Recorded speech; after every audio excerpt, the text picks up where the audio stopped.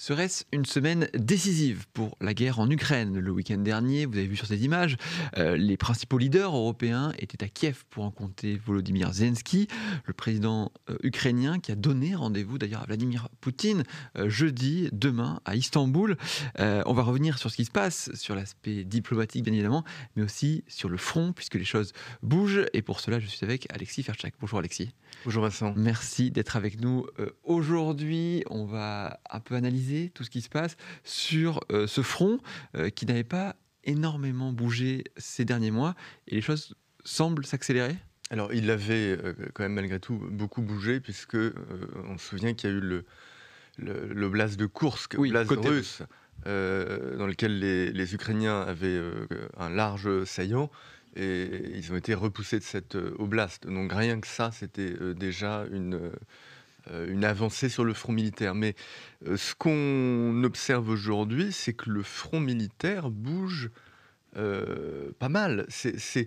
Encore une fois, c'est pas en nombre de kilomètres carrés. Il faut avoir une perspective de l'ensemble de la carte pour voir les mouvements opératifs et stratégiques qui se dessinent.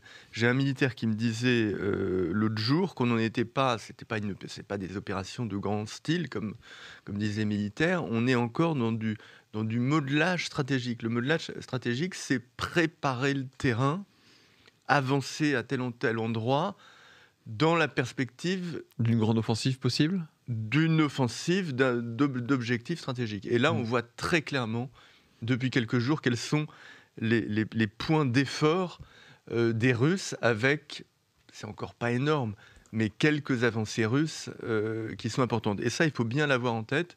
Aujourd'hui, on parle surtout du front diplomatique, puisque demain, il y a une rencontre russo-ukraino-américaine.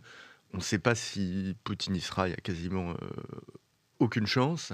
Zelensky a dit qu'il viendrait. Est-ce qu'il viendra quand même alors que Poutine n'y sera probablement pas? On verra, mais n'oublions pas, le front, ce n'est pas un front qui avance très largement, ce n'est pas une guerre de mouvement. On reste dans le cadre d'une guerre d'attrition, mais malgré tout, il y a des mouvements assez significatifs et qui convergent vers la crainte des Ukrainiens d'une nouvelle offensive russe. Et voilà où on en est aujourd'hui. On en voit des signes, une sorte de signaux faibles. D'accord, on pourrait s'attendre donc à une grande offensive russe dans les prochains mois. Le problème, c'est que grande offensive, ça peut être tout ou rien. On craint une offensive dans un certain nombre de directions, à commencer par le Donbass, qui reste, depuis le début de la guerre, l'objectif numéro 1 du Kremlin. Et là, on voit qu'il y a des avancées assez notables. Alors, est-ce qu'on va regarder un peu point par point, où est-ce qu'il y a les avancées les plus notables, justement? Alors, il y a 2 villes dans le Donbass qui font l'objet aujourd'hui d'une attention particulière dans les combats. Les Russes ne sont pas dans ces villes, les batailles elles-mêmes n'ont pas commencé pour ces 2 villes, mais ils préparent le terrain. C'est Pokrovsk, d'une part, et Konstantinivka, de l'autre. Alors attendez, je vais juste dézoomer, comme ça on voit, c'est ici. On va rezoomer là. Donc, si je ne me trompe pas, ici vous avez Pokrovsk. Absolument, et bravo. Ici. Et encore un peu dessus, encore dessus, encore dessus. Sinon, si tu veux, je peux prendre la main. Mais l'objectif ultime, il reste 2 grandes villes dans le Donbass. Le Donbass, c'est 2 régions, Donetsk et Lugansk. Lugansk, c'est quasiment terminé, à 99, quelques %, c'est russe. Donetsk, il reste environ 7000 km² aux Russes à prendre pour que ça corresponde à leur annexion de l'automne 2023. Et surtout, il leur reste 2 villes, c'est Sloviansk et Kramatorsk. Et le problème, c'est que pour prendre ces 2 villes, il y a 2 verrous ukrainiens qui sont Pokrovsk, on va dire plus à l'ouest, et Konstantinivka plus à l'est. Et c'est vraiment la manœuvre russe aujourd'hui, de tous les côtés, elle est là pour contourner ces 2 villes, puisque c'est vraiment la méthode russe depuis un certain nombre de mois. Ils essayent au minimum d'attaquer frontalement les villes, mais ils les enveloppent, ils les encerclent jamais complètement, ils laissent toujours couloir, Pour partir. une sorte d'échappée pour les Ukrainiens, mais il les enserre, et une fois que la ville est enserrée, là, ils attaquent frontalement petit à petit. Et là, on voit qu'il y a des sortes de pinces russes qui se referment et sur Pokrovsk et sur Konstantinivka. Oui, alors Pokrovsk est ici. Vous voyez cette pince qui est ici et En fait, ici. il y a deux pinces. Si tu veux Alors, que je prenne allez-y. alors, on voit, ça c'est la pince qui est créée en réalité depuis un certain nombre de mois, qui est vers l'ouest. Vous voyez, il y a une route. Voilà, ils essayent d'atteindre cette route, sachant qu'il y a une autre route là, qui n'apparaît pas, qui est déjà atteinte. Et donc, ils avancent vers le nord pour atteindre cette route, et ils avancent vers l'ouest pour atteindre les frontières administratives de l'oblast de Dnipro. Et là, les dernières informations que j'ai, c'est que les Russes sont à 1 kilomètre seulement des frontières de l'oblast administratif de Dnipro. Ce qui, dans le cadre des négociations, sera un petit choc politique, puisqu'il n'y a jamais eu de Russes dans l'oblast de Dnipro depuis le début de la guerre. Donc là, il faut s'attendre à ce que les premiers soldats russes mettent les pieds dans l'oblast de Dnipro. Ça, c'est la première chose. La deuxième chose, c'est qu'évidemment, il ne faut pas que les Ukrainiens perdent l'accès à cette route, parce que c'est justement la route qui relie la grande ville de Dnipro sur le Dniepr jusqu'à Pokrovsk. Pokrovsk, qui pendant très longtemps était le grand nœud logistique du Donbass. Aujourd'hui, c'est plus réellement un c'est nœud, trop exposé. puisque c'est trop exposé. Un militaire me dit c'est une sorte de terminus logistique. Mais malgré tout, pour conserver Pokrovsk, il ne faut pas qu'ils perdent cette route à l'ouest. Et ce qu'on a vu ces derniers jours, c'est une avancée assez importante des Russes dans toute cette partie-là. Et notamment, ça y est, ils ont pris... Alors, ce village en soi est absolument anecdotique. Malinivka, je pense qu'il devait y avoir 200 habitants. Mais ils ont passé la route, déjà. Ils ont franchi la route, ça faisait quelques jours, mais cette emprise sur la route s'accélère, et on voit qu'ils poussent vers l'ouest. Là, il y a un certain nombre d'autres villes qui sont adjacentes à Pokrovsk, qui sont importantes, Mirnograd, Novoekonishke, et là, les Russes avancent. Or, c'est significatif parce que c'était des zones extrêmement fortifiées pour les Ukrainiens, pour des raisons évidentes. C'est que si les flancs de Pokrovsk tombent, même si vous avez plein de soldats et de fortifications à l'intérieur de la ville. Donc là, il se passe quelque chose. Et il faut rappeler aussi, c'est ce qu'on dit à chaque fois qu'on fait ces live cards, c'est que au début, sur la ligne de front, c'est très fortifié, et plus on rentre à l'intérieur... c'est les risques. C'est-à-dire que les premières fortifications auxquelles les Russes se sont attaqués, c'était des fortifications qui avaient été établies, durcies depuis la guerre de 2014-2015, donc depuis plus de 10 ans. Alors aujourd'hui, les Ukrainiens continuent de reconstruire des fortifications toujours plus en arrière face à l'avancée russe, mais c'est des fortifications qui doivent construire le plus rapidement possible. Là, il y a plein de messages. Il y a une fortification aujourd'hui de la région qui est en cours, de la région de Dnipro. Mais avant, ce n'était pas la région de Dnipro qui était fortifiée, c'était la région du Donbass. Le problème, c'est est-ce qu'ils vont pouvoir établir à Dnipro des fortifications aussi solides que dans le Donbass ? Ce n'est pas une certitude, d'autant qu'on sait que l'arrière du front est aussi régulièrement visé par les frappes russes dans la profondeur. Donc là, première bataille, Pokrovsk, il y a deux pinces, par l'ouest et par l'est, qui convergent pour attaquer les Ukrainiens sur les flancs.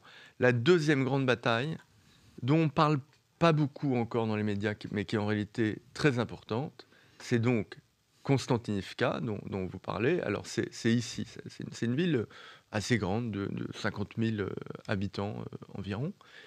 Elle est située dans une cuvette. Et donc vous savez que les militaires, eux, ce qu'ils aiment, c'est posséder les points hauts. Et quand vous êtes dans une cuvette, les Français le savent bien, il y a quelques dizaines d'années à Dien Bien Phu, c'est pas l'idéal.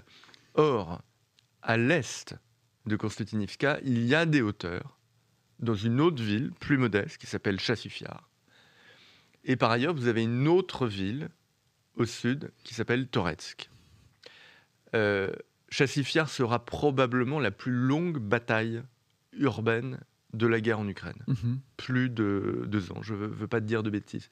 ça ne bougeait pas. Les Ukrainiens opposaient une résistance absolument considérable dans une microscopique partie de la ville, juste là, où il y avait des immeubles extrêmement hauts. Et alors là, ils ont tout fortifié.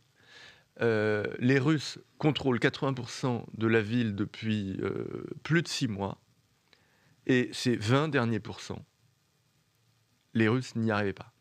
Et les échos que j'ai, c'est pas encore absolument confirmé, c'est que cette zone de résistance qui est encore là, bloc d'immeubles serait tombé ou serait en train de tomber. Et cela intervient quelques jours après une avancée russe qui n'est pas sur cette carte, mais qui est sur d'autres cartes, vers Stupeshki, qui est un peu une banlieue de Chassifiar. Et le problème, c'est que cette avancée russe vers le sud enquiquine les Ukrainiens, si je puis dire, pour rester ici, pour des raisons logistiques. Mmh. Donc cette zone qui était tenue par les Ukrainiens depuis maintenant 2 ans sans bouger, Chassifiar, c'est à 15 km de Bakhmout. Donc c'est là qu'on se rend compte que les distances dans cette guerre, c'est une guerre de position. Mmh. Il y a eu 15 km entre Bakhmout. Bakhmout, c'était mai 2023. C'est ça, c'était la grande guerre de mai 2023, on s'en rappelle, la grande bataille de 2023. Bakhmout, Chassifiar, 15 km. Mmh. Depuis, il s'est passé 2 ans. 15 km, il y a eu des pertes qui se comptent probablement en dizaines de milliers de morts. Il y a une sorte de concentration des moyens qui est absolument incroyable. Donc ça, c'est la première menace sur Konstantinivka. La deuxième, en fait, c'est la pince de Pokrovsk qui pousse vers l'ouest. Mmh. Elle pousse aussi vers l'est, oui, on voit parce sur que ces images. les Russes essayent de remonter cette route pour atteindre Konstantinivka. Et on voit que là, pour le coup, l'avancée, elle, est assez rapide. On parle de 10-15 km, mais là, pas en 2 ans, en quelques jours. Et alors, Torez, ce qui est intéressant, c'était une victoire russe en janvier, mais les Russes ont un peu vendu la peau de l'ours avant de l'avoir tué. Mmh. Et en réalité, il y a eu des contre-attaques ukrainiennes, et les Ukrainiens ont repris pied dans une partie de la ville, précisément parce que les Russes n'avaient pas préparé leur flanc. Et donc, du coup, il y a eu des attaques des Ukrainiens sur les flancs. Donc, le résultat, c'est que Torex n'est toujours pas à 100% aux mains russes, mais en revanche, les Russes avancent le long de cette route. Ils sont, ça, vous voyez, toute cette zone-là, avec quand même quelques villages, et encore une fois, là, on ne le voit pas sur une carte, mais d'énormes fortifications ont été prises en quelques jours, et les Ukrainiens sont extrêmement inquiets. Donc voilà les 2 grandes batailles qui se dégagent. Je dirais que c'est les 2 points principaux. J'ajouterais qu'il se passe aussi quelque chose dans le sud, c'est-à-dire que vous voyez, ça, c'est une petite pointe de l'oblast de Donetsk qui est toujours aux mains des Ukrainiens, et les Russes, dans la perspective des négociations, comme ils ont annexé l'oblast de Donetsk, ils en ont besoin. Et donc là, ils continuent à pousser, et là, pour le coup, ça ne s'est jamais vraiment arrêté. Vous aviez Constantinople qui est tombée. Et là, ils ont pris, je ne sais pas exactement comment on prononce, Bayaïr, je ne sais pas. Et donc là, ça avance. Ouais, effectivement. Alors, vous disiez, ça avance ces derniers jours. On a entendu une histoire de cessez-le-feu depuis une semaine. Oui. Est-ce que ça veut dire que ce cessez-le-feu n'était absolument pas respecté des 2 côtés ? Non, les cessez-le-feu n'ont pas été respectés des 2 côtés. Mais ce qui est très intéressant, c'est que si on se place dans la perspective diplomatique, on a l'impression qu'il y a une sorte de mouvement très difficile, très violent, mais enfin, il y a la problématique qui se pose, c'est celle du cessez-le-feu, potentiellement pour préparer un accord de paix. Mais quand on regarde les choses d'un point de vue militaire, cette fois, et j'en parlais avec quelques sources militaires françaises, on voit plutôt des concentrations de forces côté russe. Ça ressemble plutôt à de la préparation d'une offensive de fin de printemps et d'été, après la grande célébration du 9 mai, Et on le retrouve dans un papier du Financial Times là, d'hier, avec des sources cette fois ukrainiennes qui ont déclaré aux journalistes britanniques qui voyaient des préparatifs d'une offensive russe et que ça ne ressemblait pas du tout à une préparation de paix. Alors, ça peut être, tout est possible. Soit c'est effectivement, ils ne veulent pas la paix, les Russes, et ce qu'ils veulent, c'est obtenir par les armes ce qu'ils n'ont pas réussi à obtenir par la diplomatie. Ça, c'est une première possibilité. Une deuxième possibilité, c'est que c'est une sorte de moyen de négocier diplomatiquement. C'est-à-dire que plus on met de force et on les rend visibles sur le terrain, plus le poids diplomatique de la Russie augmente dans la balance des négociations. C'est aussi tout et l'enjeu. là, il est trop tôt pour le dire. C'est aussi tout l'enjeu, comme on le disait, de récupérer pour Vladimir Poutine l'entièreté de ses oblasts pour pouvoir dire, dans les négociations, ces oblasts maintenant sont russes. Oui. Poutine, il est gourmand. C'est-à-dire qu'en fait, cette guerre lui a quand même coûté très cher. C'est une très grande guerre. Et ce qu'on n'a probablement pas réalisé en Occident assez, c'est la détermination russe. C'est-à-dire que pour les Russes, c'est une guerre existentielle. On comprend évidemment que du côté ukrainien, c'est une guerre existentielle, puisqu'ils se font envahir, et donc c'est l'existence même de l'Ukraine qui est en jeu. Mais ce qu'on a du mal à comprendre, ce qu'on n'a pas voulu voir, à mon sens, c'est que pour les Russes aussi, c'était une guerre existentielle. Et ils ne sont pas prêts de reculer. Donc, une paix, peut-être, mais pas n'importe quelle paix. C'est-à-dire que Vladimir Poutine n'a aucun intérêt à accepter une paix dans laquelle il n'atteint pas ses objectifs. On ne négocie pas pour faire la paix. On négocie, chacun négocie pour atteindre ses objectifs. Voilà. Mais Zelensky non plus ne veut pas d'une paix au rabais. Il l'a suffisamment dit, et a raison, à Donald Trump, puisque la méthode de Donald Trump au début, il a bien compris, Donald Trump, que les Russes n'ont pas du tout envie de lâcher. Et donc il a tenté un joker au début, qui a été de dire, on donne à Poutine tout ce dont il veut. Donc pas d'OTAN, reconnaissance légale de la Crimée comme russe, changement de gouvernement, reconnaissance de facto des autres territoires annexés. Il ne dit pas changement de gouvernement, mais nouvelles élections. Pas d'OTAN, etc. Et le seul point sur lequel il ne se prononçait pas trop, c'était les garanties de sécurité à l'Ukraine, la présence de troupes européennes, etc. Donc en gros, au départ, il a offert à Poutine ce qu'il faut bien appeler une victoire.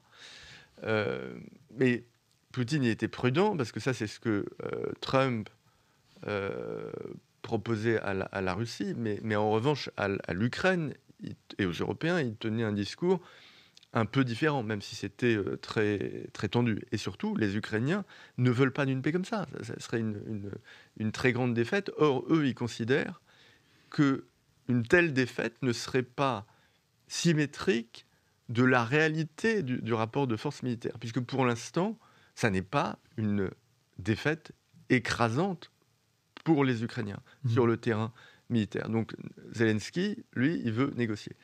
Et donc là, aujourd'hui, Trump, il est un peu coincé, parce que les Européens et les Ukrainiens ne veulent pas d'un accord de paix qui favoriserait exagérément les Russes, qu'avait proposé Witkoff, l'envoyé spécial américain, qui est plutôt du côté russe, alors que vous avez le général Kellogg qui lui est plutôt du côté ukrainien.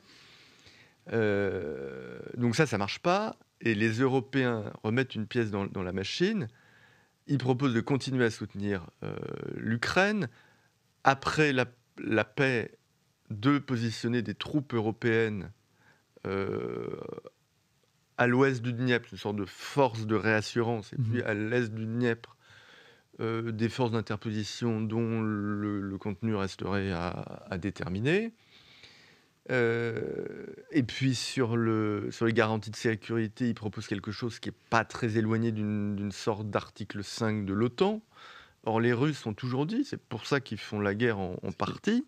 Ils ne veulent pas de l'Ukraine dans l'OTAN, et ils ne veulent pas de l'OTAN dans l'Ukraine.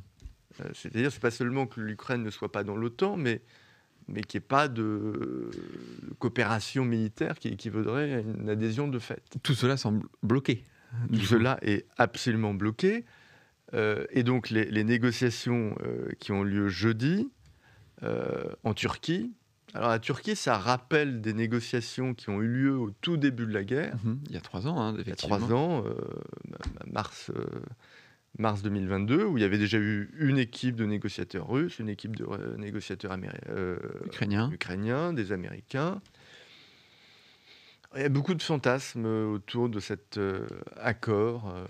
Les Russes ont tendance à dire que l'accord était quasiment signé et que c'est Boris Johnson et Joe Biden derrière qui l'ont fait capoter. Je pense qu'il faut attendre, et c'est les historiens qui trancheront. Ce qui s'est passé effectivement il y a 3 ans. Et là, du coup, on part pour une nouvelle réunion. Alors, possible, on le disait, hein, Volodymyr Zelensky a annoncé qu'il s'y rendra. Oui. Pour prouver finalement sa bonne foi. En fait, chacun des acteurs veut tenir la main des négociations, et surtout veut que si les négociations échouent, ça soit la faute de l'autre et non pas de la sienne. Et donc la Russie, pendant très longtemps, elle proposait une paix qui en réalité ressemblait beaucoup à une capitulation, et du coup elle disait, les Ukrainiens refusaient. C'est eux qui ne veulent pas faire la paix. Et donc du coup Poutine disait, vous voyez, c'est les Ukrainiens qui ne voulaient pas faire la paix. Et puis là, ce sont les Russes qui ont proposé de faire les négociations à Istanbul. Et je pense que Poutine se disait, c'était assez malin. C'est moi qui impose le calendrier. Et là, Zelensky a été malin. Il a dit, j'y vais. Et c'est une sorte de cap ou pas cap. Tu veux que je vienne? Moi, je viens. Voilà. Et il lui dit, Poutine, viens. Et sauf que Poutine, il ne viendra pas. Enfin, ou sinon, il y a quelque chose qu'on n'a pas. Mais la probabilité qu'il vienne, elle est très faible. D'ailleurs, on sait, il y aura a priori Lavrov et Outchakov, qui est le conseiller diplomatique de Vladimir Poutine. Pour qu'on explique à nos internautes, pourquoi est-ce que Vladimir Poutine ne s'y rendra pas? Il y a plusieurs raisons. C'est que déjà, la Russie considère Zelensky comme illégitime, puisque, selon le discours russe, la date de péremption de l'élection de Zelensky est terminée. Il faut organiser des nouvelles élections. Sauf que dans la constitution ukrainienne, quand il y a un état d'urgence lié à la guerre, il n'y a pas d'élection. Donc légalement, Zelensky est bien président de l'Ukraine, mais les Russes jouent là-dessus. Première raison. Deuxième raison, il n'y aura probablement pas d'accord ficelé demain. Enfin, c'est même une certitude. Il va y avoir des négociations, sans aucun doute. Mais on est encore vraiment dans c'est les prémices. On est encore dans les prémices. Oui, il y a encore dans le rapport de force. Il y a encore un an, cette histoire de négociation, on n'en parlait pas du tout, par exemple. Là, Oui, alors déjà, ça a énormément évolué. Mais on voit quand même, il y a quelques semaines, il y avait une forme d'optimisme, entre guillemets, parce que c'était Trump qui pavanait en disant « je vais faire la paix rapidement ».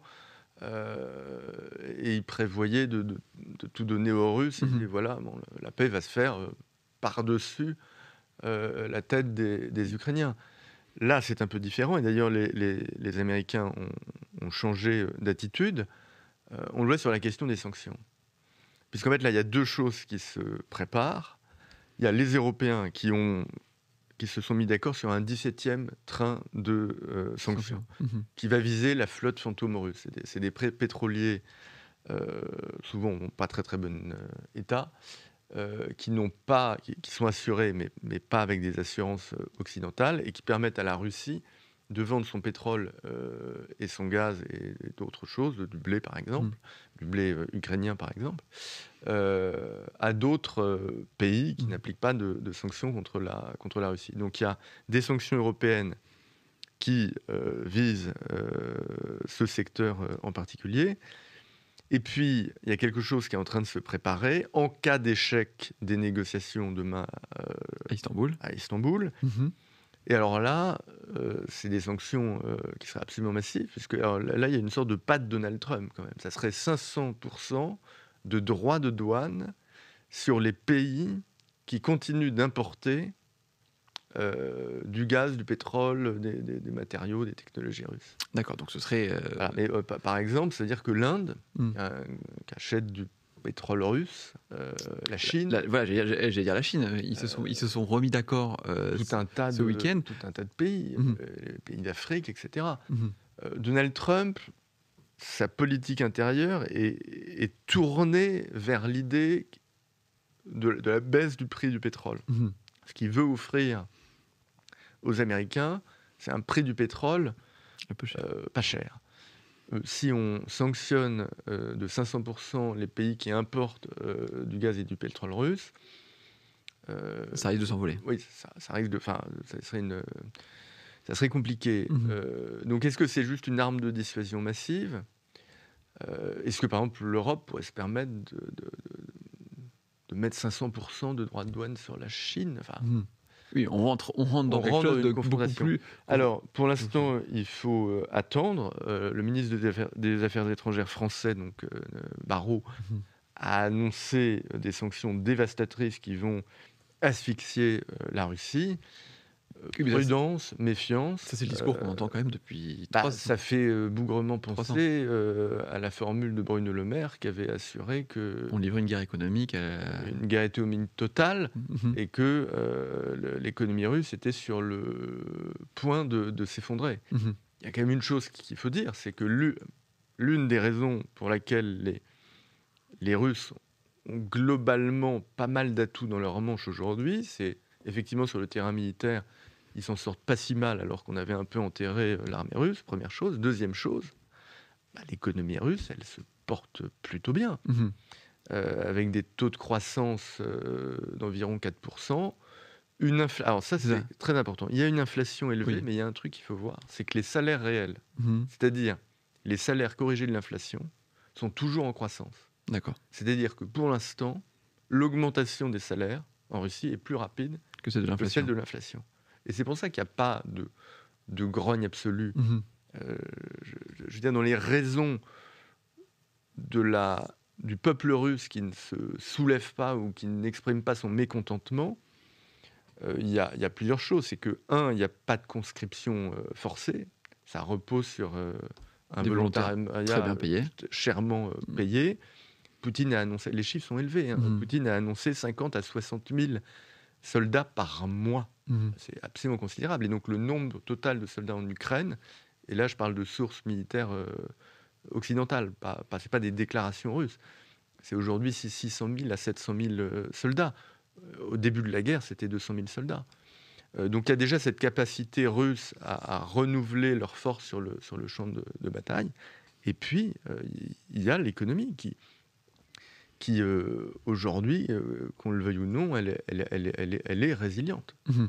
Effectivement, ce nouveau paquet de sanctions, en tout cas européen, lui, ce 17e paquet de sanctions, il changera pas grand-chose à l'économie russe. Ça peut changer quand même un peu, c'est-à-dire que quand on voit les exportations d'hydrocarbures russes par la voie maritime, elles ont tendance depuis quelques mois à se tarir.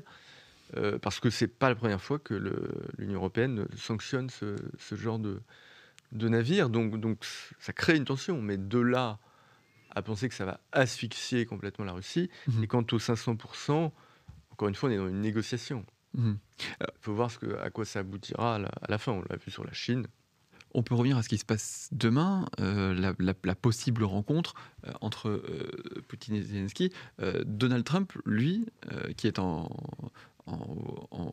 voyage présidentiel au Moyen-Orient, pourrait y être. Pourrait y être, c'est pas sûr encore. Mhm. Ce qui est sûr, c'est qu'il y aura Rubio, donc, Mhm. secrétaire d'État, donc le ministre des Affaires étrangères. Attendons. On verra.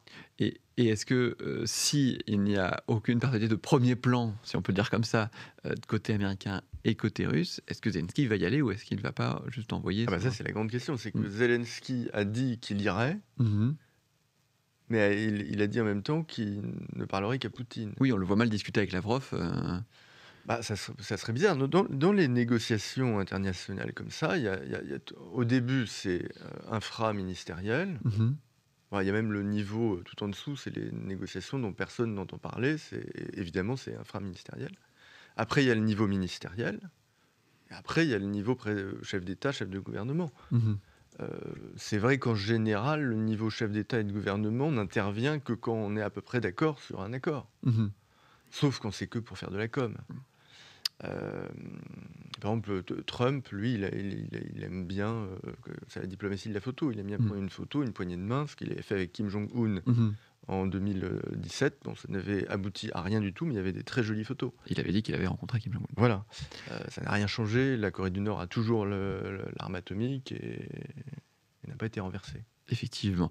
On peut parler aussi de ce qui s'est passé ce week-end, parce que alors, on en a parlé des Européens qui sont rendus sur place, et aussi de ce grand défilé russe qui a eu lieu pour le 9 mai, date très importante, bien évidemment, pour les Russes, avec aussi Vladimir Poutine qui a montré qu'il avait des alliés lors de ce défilé.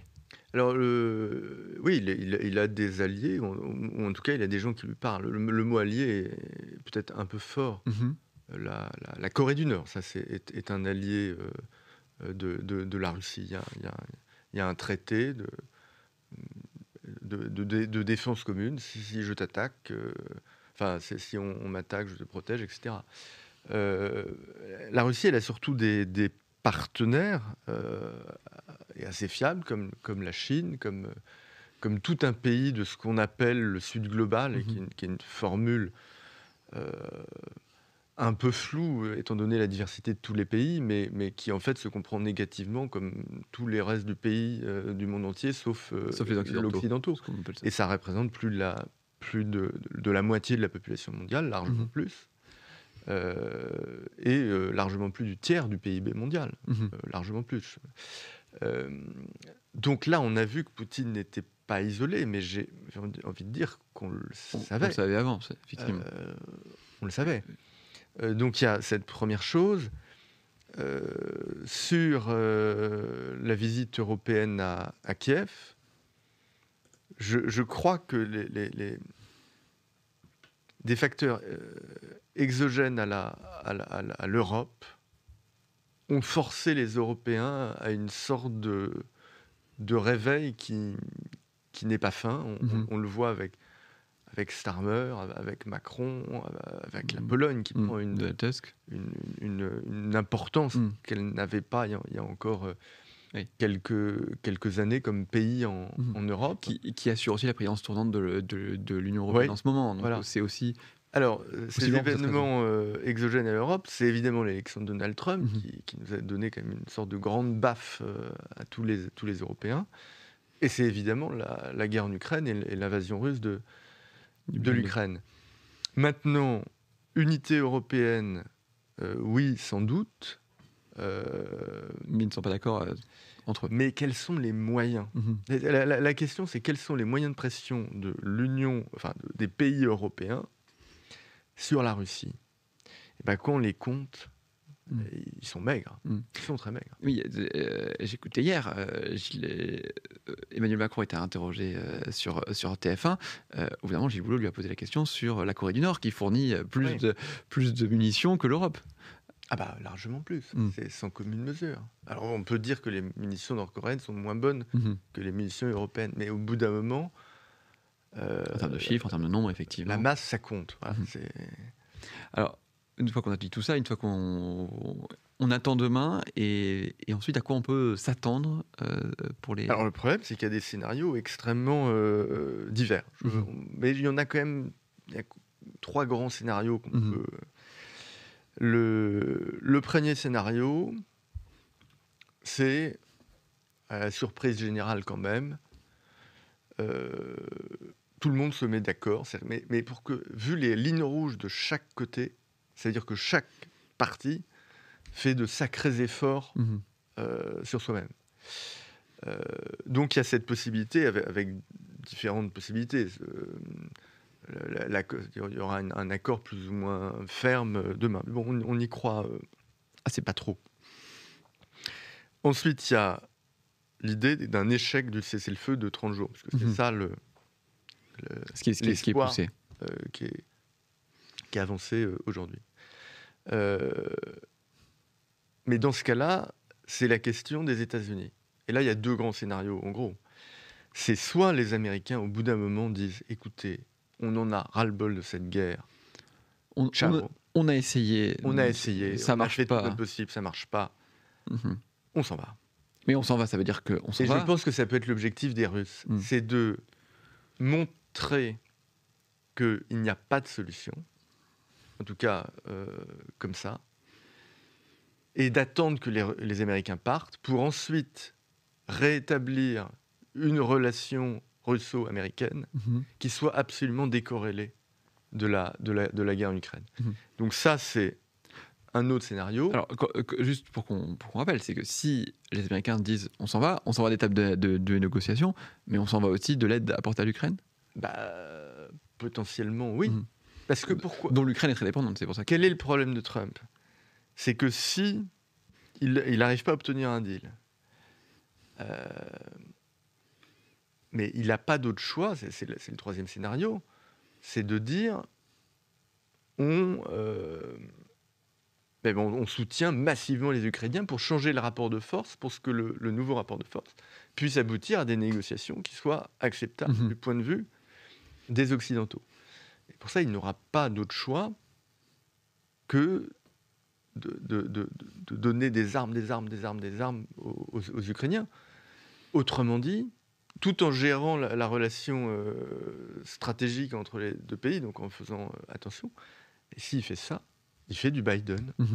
Et est-ce que Trump, c'est ce qu'il a dit, étant donné son identité politique, peut se permettre de faire du Biden ?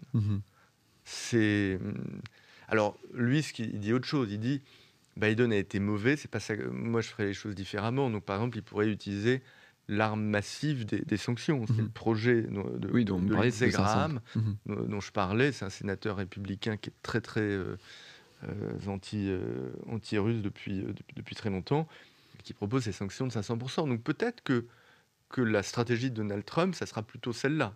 C'est s'il y a un blocage demain à Istanbul, on va jouer sur ces sanctions et après on négocie avec les Russes. Donc ça c'est le troisième scénario finalement. Voilà, c'est ça. Donc deuxième scénario, les Américains s'en désintéressent. Troisième scénario, les Américains prennent vraiment le parti de l'Ukraine pour essayer de faire bouger les choses. Et ça, effectivement, ça pourrait aller plus vite. Et soit ils font du Biden, et dans ce scénario, soit ils font du Biden, c'est-à-dire on donne un peu d'armes et la guerre continue, soit il essaye une négociation plutôt économique, très forte à sa manière. Il annonce un truc absolument dévastateur. Et après, on négocie. Regardez la Chine, on était monté à 200 et quelques % de droits de douane. On est arrivé à 15%. Effectivement, on suivra ça forcément et on suivra effectivement cette rencontre demain que vous pourrez suivre bien évidemment sur le site du Figaro. Merci beaucoup Alexis. Merci Vincent. D'avoir été avec nous. Merci à vous du Figaro de nous avoir suivis. Pour ceux qui nous ont suivis sur YouTube, je vous invite bien évidemment à vous abonner et à liker cette vidéo. Et je vous dis à bientôt pour de nouveaux lives et de nouvelles vidéos sur le Figaro.